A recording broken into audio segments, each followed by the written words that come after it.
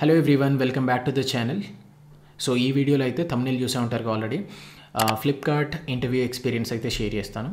Before we enter in to the video, first అయితే ఒకటి చిన్న request.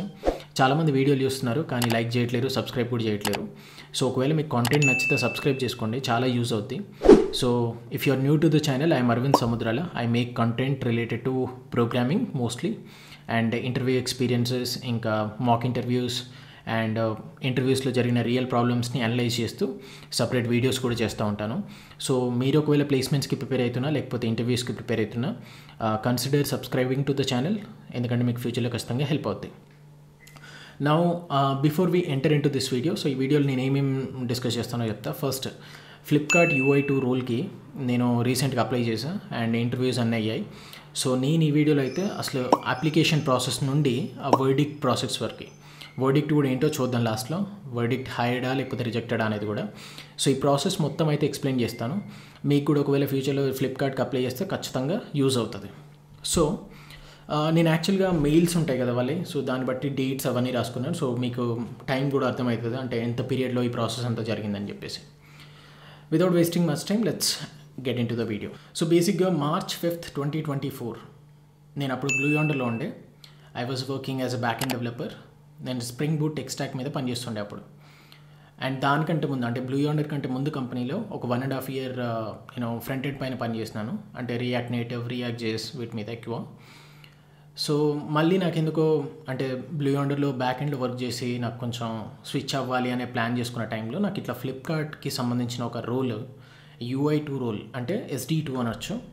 SD2 role which is absolutely for front end అన్నట్టు, UI2 అని అంటారు దాన్ని ఫ్లిప్కార్ట్లో. సో ఆ రోల్కి సంబంధించిన పోస్టింగ్ నా లింక్డ్ఇన్ ఫీడ్లో వచ్చింది ఒకరోజు.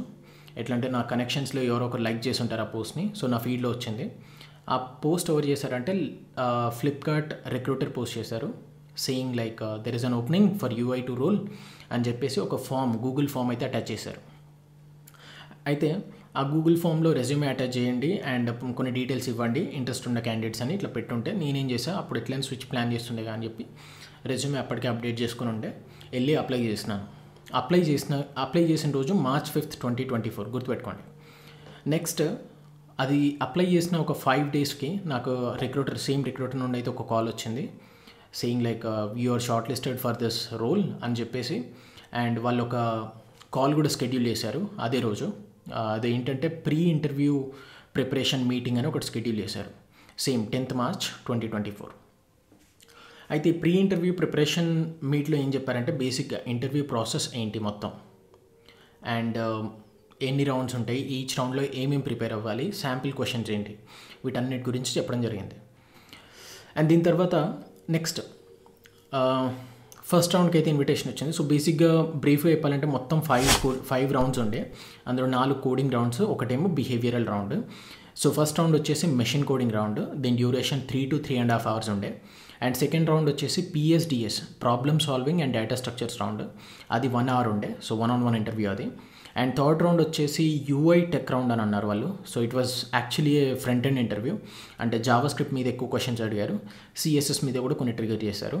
అండ్ ఫోర్త్ రౌండ్ వచ్చేసరికి ప్రొడక్ట్ సెన్స్ రౌండ్ అని వాళ్ళు అన్నారు, కానీ it was light weight system design round, అది కూడా ఒక 1 hour డ్యూరేషన్ ఉండే. అండ్ ఫైనల్ రౌండ్ వచ్చేసి hiring manager round, HM round. అదేంటంటే బేసిక్గా మనం టీమ్కి ఫిట్ అవుతామా లేదా అని టీమ్ ఫిట్ కాల్ అనుకోవచ్చు. సో ఈచ్ రౌండ్ డేట్స్కి ఒక్కొక్క రౌండ్ లోపలికి వెళ్ళి అసలు ఆ రోజు ఏం జరిగిందో చూద్దాం నా. సో ఫస్ట్ March 14th, 2024 నాకైతే మెషిన్ కోడింగ్ రౌండ్కి మీటింగ్ షెడ్యూల్ చేశారు. So it was actually drive అంటే తెలుసు కదా, ఒక పూల్ ఆఫ్ పీపుల్కి కలిపి ఒకటే ఎగ్జామ్ పెట్టడం అన్నట్టు, లేకపోతే ఒకటేసారి అందరినీ క్యారీ ఫార్వర్డ్ చేయడం అన్నట్టు. సో ఆ డ్రైవ్లో అరౌండ్ 40 members ఉండే, ఒకటే గూగుల్ మీట్లో 40 మంది జాయిన్ అయ్యారు. అందరూ సేమ్ రోల్కి అప్లై చేసిన ఉండే, but there were multiple openings, like 3 to 4 openings ఉన్నట్టున్నాయి UI2 రోల్కే. సో అట్లా 40 మందితో ఒక జాయిన్ అయ్యారు. అండ్ ఫస్ట్ మిషన్ కోడింగ్ రౌండ్లో ఏంటంటే వాళ్ళు ఒక చిన్న అప్లికేషన్ ప్రోటోటైప్ ఇచ్చారు, బేసిక్గా ఇమేజెస్ ఇచ్చారు ఏమేమి బిల్డ్ చేయాలి UI అని చెప్పేసి. అండ్ దాని తర్వాతకి దాంట్లో కొన్ని APIs కూడా వాడేటి ఉండే. సో ఆ APIs కూడా ఆల్రెడీ బిల్డ్ చేసి ఎండ్ పాయింట్స్ డైరెక్ట్ ఇచ్చేశారు. అండ్ కొన్ని ఫంక్షనాలిటీస్ ఉన్నాయి. So that was a light weight Flipkart application అని అనుకోండి, ఈకామర్స్ అప్లికేషన్, అదైతే బిల్డ్ చేయాలి. అయితే ఈ రౌండ్లో మీరు ఏం అర్థం చేసుకోవాలంటే, సో వాళ్ళు క్లియర్గా మెన్షన్ చేసింది ఏంటంటే దీంట్లో ఫ్రంట్ ఎండ్ కదా, complete front end project build చేయాలి 3 to 3.5 hours టైం. సో దాంట్లో మనం సిఎస్ఎస్కి సంబంధించిన ఏ లైబ్రరీ వాడకూడదని ముందు ఒక కన్స్ట్రెయింట్ పెట్టారు. తర్వాతకి జావా స్క్రిప్ట్ లైబ్రరీస్ వాడచ్చు. అంటే మీరు ఒకవేళ రీడెక్స్ వాడాలనుకుంటే వాడచ్చు, లేకపోతే రియాక్ట్ వాడాలనుకుంటే వాడచ్చు, యాంగులర్, వ్యూ, మీకు ఏది ఫ్రేమ్వర్క్ వస్తే అది వాడుకోవచ్చు అని చెప్పారు. బట్ సిఎస్ఎస్కి వచ్చే వాటికి వెనిలా సిఎస్ఎస్ వాడి మాత్రమే స్టైలింగ్ చేయాలి, ఇంకే లైబ్రరీస్ వాడకూడదని క్లియర్గా చెప్పారు. సో మీకు చాలామందికి డౌట్ ఉండొచ్చు. సో ఆ డౌట్ ఇప్పుడు క్లారిఫై అయిందని అనుకుంటున్నాను. అండ్ దాని తర్వాతకి ఆ ప్రాజెక్ట్ బిల్డ్ చేయడానికైతే 3 to 3.5 hours టైం ఉండే, కంటిన్యూస్ అన్నట్టు. సో అందరం ఒకటే గూగుల్ మీట్లో ఉండి అందరు ప్రాజెక్ట్ సాల్వ్ చేస్తూ ఉండే. సో నేను ఆప్ట్ చేసుకుంది ఏదో రియాక్ట్ జేఎస్ విత్ రీడక్స్, అంతే. సిఎస్ఎస్ ఎట్లయినా వెనిలా సిఎస్ఎస్. నేను I was able to finish that in 2.5 hours లోపల అయిపోయింది. చాలా ఫాస్ట్గా కొట్టేసిన. దాని తర్వాతకి ఇది అయినాక, అంటే ఈ ప్రాసెస్ అయ్యాక, ఈ మెషిన్ కోడింగ్ రౌండ్ ఒక 3.5 hours టైం అయ్యాక, కరెక్ట్ ఒక 4-5 hours కనుకుంటా లంచ్ తర్వాత, అదే రోజు ఇది ఎర్లీ మార్నింగ్ అయింది. లంచ్ తర్వాత 1-on-1 కాల్స్ ఉంటాయి ఎవరు ఫ్లిప్కార్ట్ ఇంజనీర్స్ తోటి. ఆ 1-on-1 కాల్స్లో మనమే ప్రాజెక్ట్ ఎట్లా సాల్వ్ చేసినాం అండ్ దానికి సంబంధించిన కొన్ని క్వశ్చన్స్ అయితే వాళ్ళు రివ్యూ చేసి అడుగుతారు. So that was about like 15 to 30 minutes ఉన్నదని అనుకోండి. సో ఆ 15-30 minutesలో మనల్ని బేసిక్ ఎవాల్యుయేట్ చేస్తారు ఎట్లా సాల్వ్ చేసినాం ఏందని చెప్పి. సో దాని తర్వాతకి ఆ రౌండ్ అయింది. సో దాంట్లో చాలా అప్రిషియేట్ చేసిన ఉండే ఇంటర్వ్యూయర్ కూడా నన్ను, ఎందుకంటే తక్కువ టైంలో మంచిగా కోడ్ క్లీన్గా రాసినానని చెప్పి. అండ్ ఇంకోటి చెప్పడం మర్చిపోయా. సో ఇవన్నీ ఈ చెప్పిన 5 rounds ఏవైతే ఉన్నాయో అన్నీ ఎలిమినేషన్ రౌండ్స్. అంటే మీరు ఒక రౌండ్లో మంచిగా పర్ఫామ్ చేయకపోయి ఉంటే ఆ రౌండ్లో మిమ్మల్ని పీకేస్తారు. So you will not be moved further to the next rounds. So అన్నీ ఎలిమినేషన్ రౌండ్సే. సో ఆ రౌండ్ అయ్యాక నాకు మళ్ళీ ఒక 7 days అనుకుంటా. సో కరెక్ట్గా March 21st second round schedule చేశారు. ఏంటది? UI tech round, Java script round అన్నట్టు. ఈ జావా స్క్రిప్ట్ రౌండ్ డ్యూరేషన్ వచ్చేసి 1 hour. దీంట్లో ఏం క్వశ్చన్స్ అడిగారంటే, ఫస్ట్ ఒక రికర్షన్ మీద క్వశ్చన్స్ అడిగారు అండ్ దాని మీద టైం కాంప్లెక్సిటీ అనాలిసిస్ గురించి కూడా కొన్ని క్వశ్చన్స్ అడిగింది. అండ్ దాని తర్వాత ఒకటి వెబ్సైట్ ఓపెన్ చేయించారు. మీకు ఒకవేళ తెలుసుంటే నైకా అని ఒక వెబ్సైట్ ఉంటుంది. So actually the interviewer was female. So ఆమె ఆ నైకా అనే వెబ్సైట్ వాడుతా అంటే నేను ఫస్ట్ టైం చూసా అది. ఆ నైకాలో పాప్ ఓవర్ చేయమని, ఆ పెద్ద పాప్ ఓవర్ ఉంటుంది ఒకటి ఓపెన్ చేయగానే, ఆ పాప్ ఓవర్ ఫంక్షనాలిటీ చేయమని అన్నది.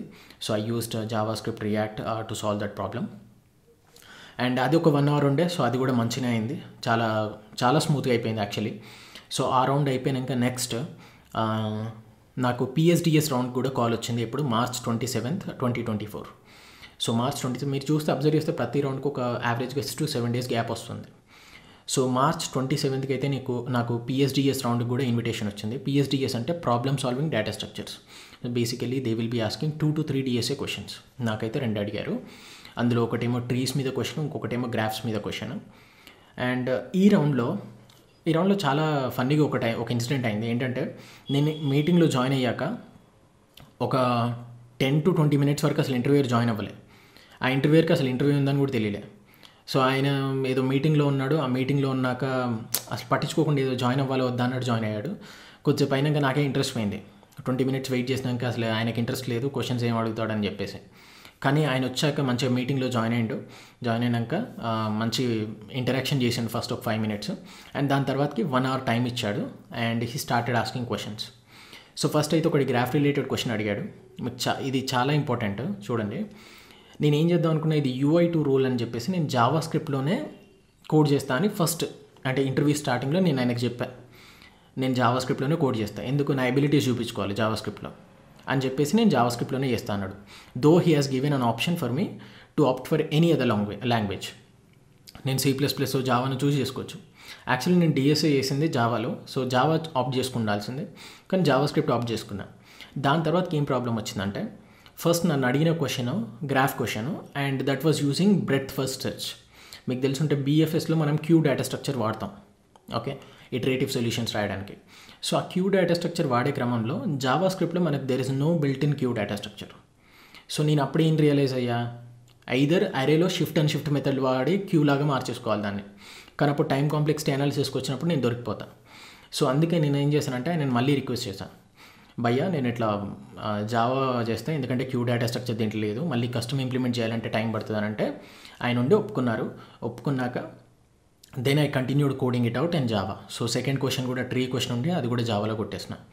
సో దీనికైతే 1 అవర్ ఉండే. సో అరౌండ్ 55 మినిట్స్లోనే అయిపోయింది. చాలా లాస్ట్లో కూడా కొంచెం టైం మిగిలి ఉండే. ఇది కూడా సూపర్ అయిపోయింది ఇంటర్వ్యూ. అండ్ దీని తర్వాతకి నాకు ప్రొడక్ట్ సెన్స్ రౌండ్ అంటే మన సిస్టమ్ డిజైన్ రౌండ్.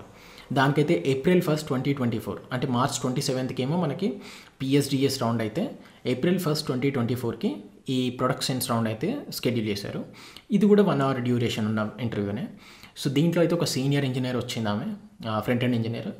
అండ్ ఈ ప్రొడక్ట్ సెన్స్ రౌండ్లో నన్ను ఏం డిజైన్ చేయమన్నారంటే మన ఫేస్బుక్లో పోస్ట్ క్రియేషన్ ప్రాసెస్ ఉంటుంది కదా, సో దాంట్లో ఆ ఫ్లోని డిజైన్ చేయమని అడిగింది. సో బేసిక్గా ఎక్సెల్ ఎడిటర్ ఓపెన్ చేసి ఎట్లా డిజైన్ చేస్తాం, కాంపోనెంట్ హైరార్కీ ఏంటి, అండ్ ఇంకా చాలా డిస్కషన్స్ అయిన ఉండే. దాంట్లో స్టేట్ మేనేజ్మెంట్ ఎట్లా మేనేజ్ చేస్తాం అని అడిగారు.